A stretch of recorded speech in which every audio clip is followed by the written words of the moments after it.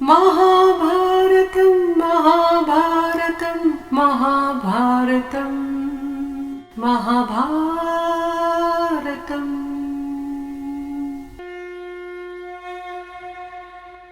नारायणं नमस्कृत्य नरं चैव नरोत्तमं देवीं सरस्वतीं व्यासं ततो जयम् उदीरयेत्।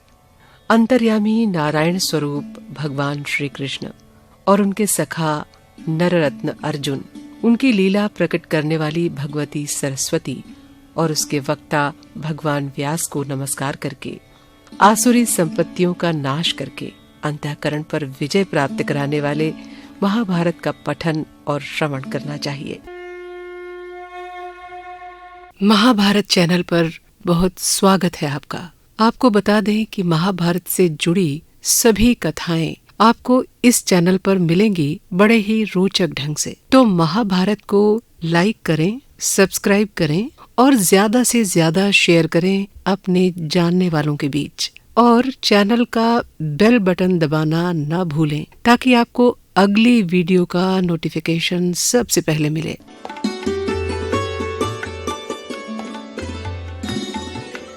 लोमहर्षण के पुत्र उग्रश्रवा सूत वंश के श्रेष्ठ पौराणिक थे। ऋषियों ने उग्रश्रवा से प्रश्न किया कि सूत नंदन, आप कहाँ से आ रहे हैं? आपने अब तक समय कहाँ व्यतीत किया? उग्रश्रवा ने कहा कि मैं परीक्षित नंदन राजर्षि जनमेजय के सर्प सत्र में गया हुआ था। वहाँ श्री वैशंपायन जी के मुख से मैंने भगवान श्री कृष्ण द्वैपायन के द्वारा निर्मित महाभारत ग्रंथ की अनेकों पवित्र और विचित्र कथाएं सुनी। ऋषियों ने कहा कि परमर्षि वेदव्यास ने जिस ग्रंथ का निर्माण किया है और ब्रह्मर्षियों व देवताओं ने जिसका सत्कार किया है, जो पद पद पर वेदार्थ से विभूषित और आख्यानों में श्रेष्ठ है, जिसमें भरतवंश का संपूर्ण इतिहास है और सर्वथा शास्त्र सम्मत है, हम लोग भी वही पुण्यमयी कथा सुनना चाहते हैं। उग्र श्रवाजी ने कहा, श्री कृष्ण ही हमारे आदि हैं। वे अंतर्यामी, सर्वेश्वर, समस्त यज्ञों के भोक्ता, सबके द्वारा प्रशंसित परम सत्य ओंकार स्वरूप ब्रह्म है। जिस समय यह जगत ज्ञान और प्रकाश से शून्य तथा अंधकार से परिपूर्ण था, उस समय एक बहुत बड़ा अंडा उत्पन्न हुआ जो समस्त प्रजा की उत्पत्ति का कारण बना। वो बड़ा ही दिव्य और ज्योतिर्मय था। श्रुति उसमें सत्य, सनातन व ज्योतिर्मय ब्रह्म का वर्णन करती है। उसी अंडे से लोक पितामह प्रजापति ब्रह्मा जी प्रकट हुए। तदंतर 10 प्रचेता दक्ष, उनके 7 पुत्र, 7 ऋषि और 14 मनु उत्पन्न हुए। विश्वे देवा आदित्य, वसु, अश्विनी कुमार, यक्ष, साध्य, पिशाच, गुह्यक, पितर, ब्रह्मर्षि, राजर्षि, जल, द्युलोक, पृथ्वी, वायु, आकाश, दिशाएं, संवत्सर, ऋतु, मास, पक्ष, दिन रात तथा जगत में और जितनी भी वस्तुएं हैं, सब उसी अंडे से उत्पन्न हुई। ये संपूर्ण चराचर जगत प्रलय के समय जिससे उत्पन्न होता है, उसी परमात्मा में लीन हो जाता है। ठीक वैसे ही जैसे ऋतु आने पर उसके अनेकों लक्षण प्रकट हो जाते हैं और बदलने पर लुप्त हो जाते हैं, इस प्रकार यह काल चक्र जिससे सभी पदार्थों की सृष्टि या संहार होता है, अनादि और अनंत रूप से सर्वत्र चलता रहता है। संक्षेप में देवताओं की संख्या 33,3333 यानी 36,333 है। विवस्वान के 12 पुत्र दिवापुत्र, बृहद्भानु, चक्षु, आत्मा, विभावसु, सविता, ऋचिक, अर्क, भानु, आशावह, रवि और मनु। मनु के 2 पुत्र हुए, देवभ्राट और सुभ्राट। सुभ्राट के 3 पुत्र हुए, दशज्योति, शतज्योति और सहस्त्रज्योति। ये तीनों ही प्रजावान और विद्वान थे। दशज्योति के 10,000, शतज्योति के 1 लाख और सहस्त्रज्योति के 10 लाख पुत्र हुए। उन्हीं से कुरु, यदु, भरत, ययाति और इक्ष्वाकु आदि राजर्षियों के वंश चले। बहुत से वंशों और प्राणियों की सृष्टि की यही परंपरा है। भगवान व्यास समस्त लोक, भूत, भविष्य व वर्तमान के रहस्य, कर्म, उपासना, ज्ञान रूप वेद, अभ्यास युक्त योग, धर्म, अर्थ और काम, सारे शास्त्र तथा लोक व्यवहार को पूर्ण रूप से जानते हैं। उन्होंने तपस्या और ब्रह्मचर्य की शक्ति से वेदों का विभाजन करके महाभारत नामक ग्रंथ का निर्माण किया और सोचा कि इसे शिष्यों को किस प्रकार पढ़ाऊं।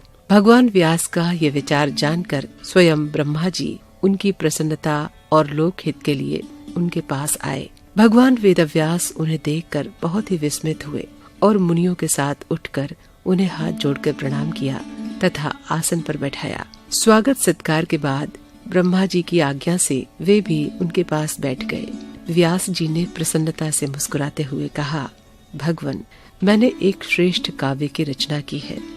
इसमें वैदिक और लौकिक सभी विषय हैं।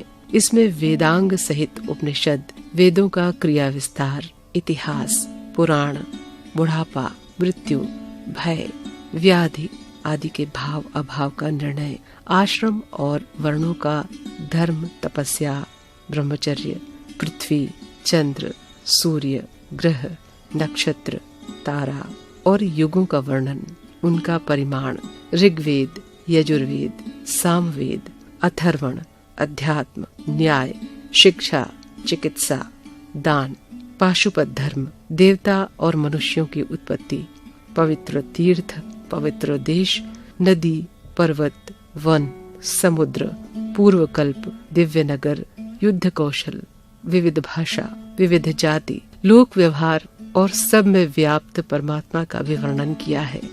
परंतु पृथ्वी में इसे लिखने वाला कोई नहीं मिलता। यही चिंता का विषय है। ब्रह्मा जी ने कहा, महर्षि, आप तत्व ज्ञान संपन्न हैं, इसलिए मैं तपस्वी और श्रेष्ठ मुनियों से भी आपको श्रेष्ठ समझता हूँ। आप जन्म से ही अपनी वाणी द्वारा सत्य और वेदार्थ का कथन करते हैं, इसलिए आपको अपने ग्रंथ को काव्य कहना सत्य होगा। उसकी प्रसिद्धि काव्य नाम से ही होगी।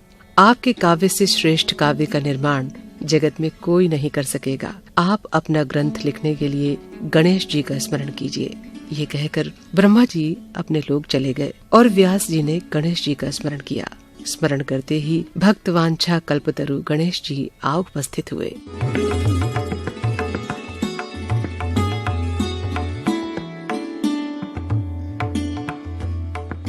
व्यास जी ने पूजा करके उन्हें बैठाया और प्रार्थना की, भगवन, मैंने मन ही मन महाभारत की रचना की है।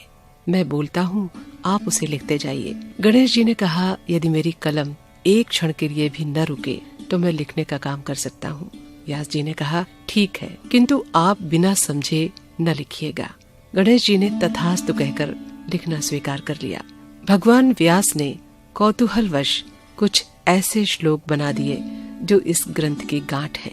इस संबंध में उन्होंने प्रतिज्ञा पूर्वक कहा है कि 8800 श्लोकों का अर्थ मैं जानता हूँ, शुकदेव जानते हैं, संजय जानते हैं या नहीं, इसका कुछ निश्चय नहीं है। वे श्लोक अब भी इस ग्रंथ में हैं। बिना विचार किए उनका अर्थ नहीं खुल सकता। और तो और सर्वज्ञ गणेश जी जब एक क्षण तक उन श्लोकों के अर्थ का विचार करते थे, उतने में ही महर्षि व्यास दूसरे बहुत से श्लोकों की रचना कर लेते थे। वीडियो को समाप्त करने से पहले आपसे निवेदन है कि लाइक, शेयर और सब्सक्राइब करने के साथ ही कमेंट बॉक्स में अपने कमेंट्स जरूर लिखें। अपने कमेंट्स में आप महाभारत से जुड़ा कोई भी सवाल पूछ सकते हैं। तो मिलते हैं फिर अगली वीडियो में। तब तक के लिए नमस्कार।